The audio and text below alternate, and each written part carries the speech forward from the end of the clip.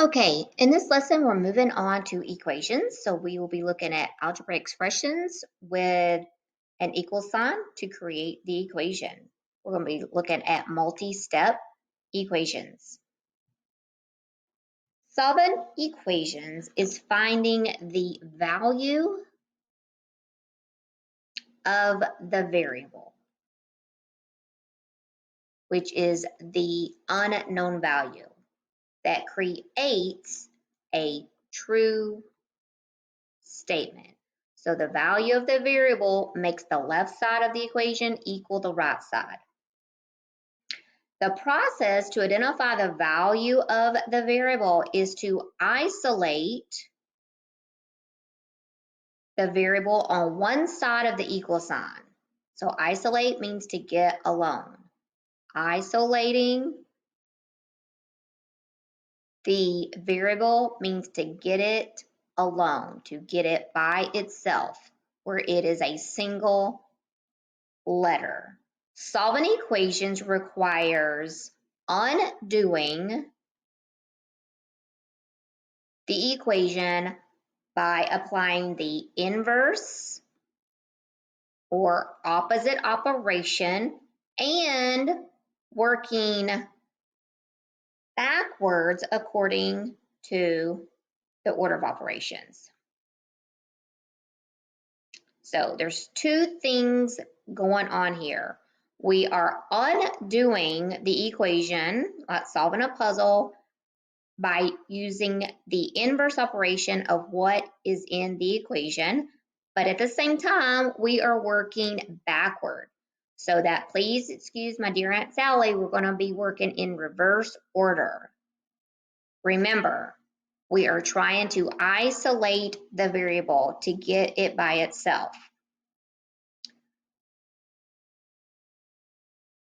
Because equations have an equal sign, whatever property is applied to one side of the equal sign must be applied to the other side. Think of the equal sign as the middle of a balance scale. So if this is our equation, we have a left side and a right side. So if we have x plus 4 equals 6, we're looking to find out what is the value of x that once we add 4 to it gives us 6, because the left side must equal the right side. It must make a true statement. So x plus 4 is on the left side of our balance scale, and then 6 is on the right side. In order to keep this balanced, and we're undoing, we are going to be subtracting 4 from both sides. So we want to isolate x, so we must subtract 4 to give us x. And if we subtract 4 on the balance scale, we have to subtract it on the right to keep it balanced. So the value of x must be 2 in order for this to be a true statement. 2 plus 4, so I insert the solution. 2 plus 4 is 6 equals 6. This is a true statement. Let's take a look at a few examples together.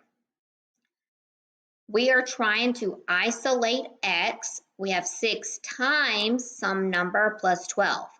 We're going to work backward, and here is our balance scale. So what we have a left side and a right side. So in order to isolate x, I need to undo the plus 12 first. We're going backward. So order of operations, we would deal with multiplication before addition, but we are solving the equation. We are working backward. We are trying to get rid of the 12 first, so 6x. 12 minus 12 is 0, so we got rid of the plus 12. To keep it balanced, we subtracted on the right as well. Now we need to undo multiplication by division. The inverse of multiply is divide. 6x divided by 6 is 1x. 24 divided by 6 is 4. So our solution to the equation is 4. If we plug it in, we will get a true statement. 6 times 4 is 24. 24 plus 12 is 36. And this is a true statement. So this confirms our solution to the equation is x equals 4. Number 2, we're going to distribute first, and we get 8x minus 2. Anytime we are dealing with parentheses, we must dissolve those with distributive property. We're going to isolate x. We have multiplication and subtraction. We're going to go backward. To undo subtract, we add. So we're going to add 2 to both sides. Negative 2 plus 2 is 0. That cancels. We have negative 20 plus 2. We're going to divide by 8. And our value is x equals negative 9 over 4. That is our solution. Okay, number 3, we are going to distribute first. We're going to isolate x.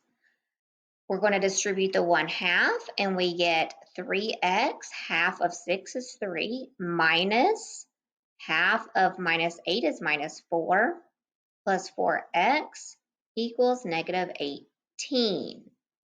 We are going to combine like terms. These are both on the left side, so we're just combining terms to give us 7x minus 4 equals negative 18.